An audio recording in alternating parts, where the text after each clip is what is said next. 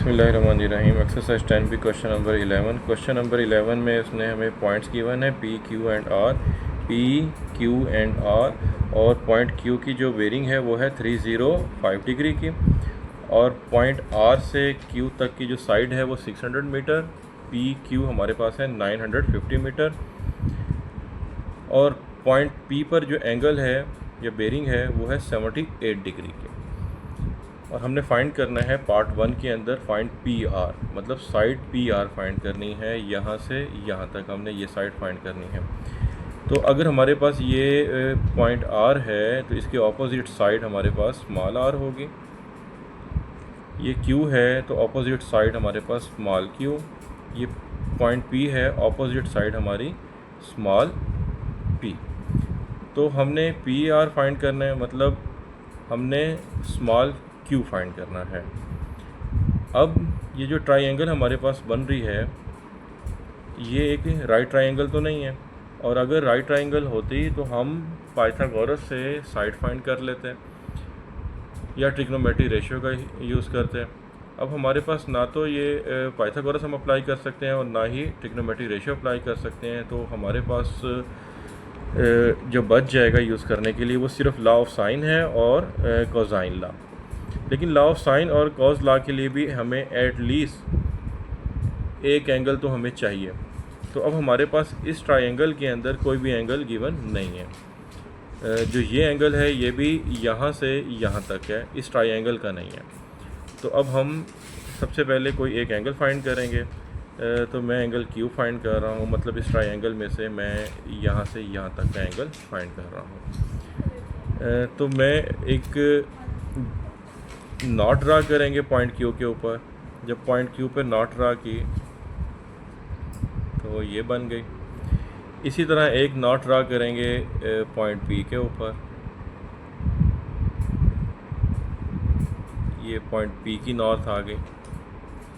अच्छा, अब अगर देखें मैंने यहाँ से यहाँ तक का एंगल फाइंड करना है, तो ये जो कंप्लीट एंगल है यहाँ से यहाँ तक का, इस नॉर्थ तक का, वो मेरे पास है 90 डिग्री। 90 में से यहाँ तक 78 को मैं माइनस करूँगा। तो 90 में से जब 78 को माइनस किया तो मेरे पास यहाँ से यहाँ तक एंगल भी फाइंड हो गया, वो था 12 डिग्री। अब ये z के अकॉर्डिंग ये दोनों अल्टरनेट एंगल हैं, तो अगर ये 12 है तो ये एक z बन रही है, तो ये भी 12 डिग्री का होगा। अब मुझे अगर इस एंगल का पता हो तो मैं इसको और 12 को ऐड कर दूंगा, तो मेरे पास ट्रायंगल का एंगल Q फाइंड हो जाएगा। तो अब मैंने यहाँ से यहाँ तक एंगल फाइंड करना है। तो यहाँ से यहाँ तक एंगल के लिए अब ये नॉर्थ है, नॉर्थ पे ये 0 डिग्री होता है, और ये 90 डिग्री, और ये 180, और ये 270। अब यहाँ से यहाँ तक जो एंगल है वो मेरे पास है 305, मतलब कंप्लीट एंगल यहाँ तक 305 है, और जबकि यहाँ तक का एंगल मेरे पास 270 है। तो मैं 305 में से इस 270 को अगर मैं माइनस करूँ तो मुझे यहाँ से यहाँ तक का एंगल भी पता चल जाएगा, और जब मैंने माइनस किया तो वो आंसर आया है 35। अब ये था 12 डिग्री और ये है 35 डिग्री। 35 और 12 को ऐड किया तो इस पूरे एंगल का पता चल गया, और वो बना 47 डिग्री। तो मेरे पास अब ये एंगल Q जो है वो है 47 डिग्री। यहाँ लिख देते हैं 47 डिग्री, ये पूरा एंगल 47। अब मेरे पास एक एंगल फाइंड हो चुका है। अब इसकी ऑपोजिट साइड मेरे पास Q है। अब मैं कॉस लॉ का यूज़ करूँगा। तो क्योंकि मैंने पी आर फाइंड करनी है, Q फाइंड करना है, तो मैं अप्लाई करूँगा Q का square and P square plus R square minus 2PR cos angle Q। अब Q मेरे पास गिवन है P से R, तो मैं Q की जगह लिखूँगा PR होल का स्क्वायर। साइड P मेरे पास गिवन है 600, इसका स्क्वायर, प्लस R गिवन है 950 स्क्वायर माइनस 2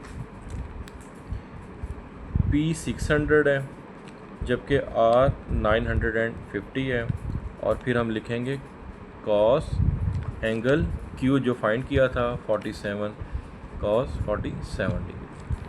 पी आर हमने साइड फाइंड करनी है, तो लिखा पी आर होल का स्क्वायर, 600 का स्क्वायर लिया तो वो बना 360000। 950 का स्क्वायर लेंगे तो वो बनेगा 902500। 2 को 600 और 950 से जब मल्टीप्लाई किया माइनस के बाद तो आंसर बना 1140000 और cos 47। पी आर मैंने फाइंड करना है, पी आर होल का स्क्वायर, ये लिखा 360000 902500 माइनस 11 4000 को 40,000 को मल्टीप्लाई किया cos 47 से तो आंसर बना 77747 8.1। अब जब इसको ऐड करेंगे,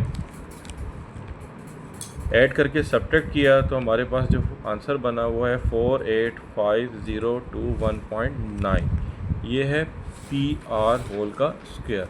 हमने पी आर फाइंड करना है, इधर भी अंडर रूट लिया तो इस वैल्यू को भी अंडर रूट लेंगे, ये कैंसल, तो साइड पी आर हमने फाइंड कर ली 696.4। तो इसका मतलब है हमारे पास ये साइड भी आ गई है 696.4। पार्ट 2 में वो कहता है find the bearing of R from P, मतलब हमने लाइन आर की बेरिंग फाइंड करनी है फ्रॉम पी, पॉइंट पी से। तो पॉइंट पी के ऊपर नॉट ड्रा करेंगे, पॉइंट पी पे ऑलरेडी एक नॉट ड्रा हुई हुई है, तो हमने बेरिंग फाइंड करनी है ये पॉइंट पी से लाइन आर की। ये लाइन आर है हमारे पास, तो हमने यहाँ से यहाँ तक की बेरिंग बतानी है कितनी है। तो अगर हमें इस एंगल का पता हो कि यहाँ से यहाँ तक एंगल कितना है, तो हम 78 में से इस एंगल को माइनस कर देंगे तो हमारे पास यहाँ से यहाँ तक की बेरिंग फाइंड हो जाएगी। तो हमारा टारगेट होगा इस एंगल P को फाइंड करना। तो हमारे पास ऑलरेडी एक एंगल भी है और अब तीनों साइडें भी हम फाइंड कर चुके हैं, तो हम इजीली एंगल P, यहाँ से इस ट्राइंगल का एंगल P यहाँ से यहाँ तक हम फाइंड कर सकते हैं लॉ ऑफ साइन के ज़रिए। तो इसका मतलब है हम लॉ ऑफ साइन अप्लाई करेंगे। हमने एंगल P फाइंड करना है तो हम लिखेंगे P over sine angle P is equal to जो हमें एंगल और उसकी ऑपोजिट साइड गिवन है। अब हम बोलेंगे एंगल हमारे पास Q गिवन है और ऑपोजिट साइड भी Q गिवन है, तो हम लिखेंगे Q over sine angle Q। तो हमारे पास साइड Q है हमारे पास 696.4 और एंगल Q हमारे पास है 47, लिखेंगे साइन 47 डिग्री। P हमने हमारे पास साइड P दी हुई है 600 divided by sine angle P हमने फाइंड करना है। तो क्रॉस मल्टीप्लाई करेंगे इसके अंदर। अब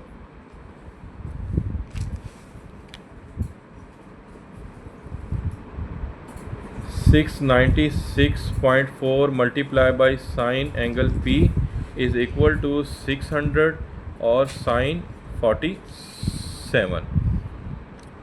तो 600 को साइन 47 और ये 696 से मल्टीप्लाई हो रहा है, राइट साइड पे डिवाइड हो जाएगा और यहाँ बच जाएगा हमारे पास sine angle P is equal to 600 multiply by sine 47 is divided by 696.4। अब कैलकुलेटर से इनको मल्टीप्लाई करके जब जो आंसर आएगा उसको 696 से डिवाइड करेंगे तो हमारे पास फाइनल आंसर बनेगा 0.63 और साइन P। तो हमने P फाइंड करना है, साइन राइट साइड पे जाएगा और इन्वर्स का हो जाएगा। हम लिखेंगे साइन इन्वर्स 0.63 और साइन इन्वर्स जब 0.63 का लेंगे तो आंसर आ रहा है 39 डिग्री। तो हमारे पास एंगल P निकला है 39 डिग्री। तो इसका मतलब है हमारे पास यहाँ से यहाँ तक एंगल फाइंड कर चुके हैं, वो है हमारे पास 39 डिग्री और यहाँ से यहाँ तक कंप्लीट एंगल है 78 और ये है 39। तो 78 को जब 39 से माइनस किया तो हमारे पास bearing of R from P निकल आएगी। तो हम 78 को माइनस करेंगे एंगल 39 से, तो 78 माइनस 39 तो फाइनल आंसर आया है 39 डिग्री। तो हमारे पास bearing of R from P है 39 डिग्री।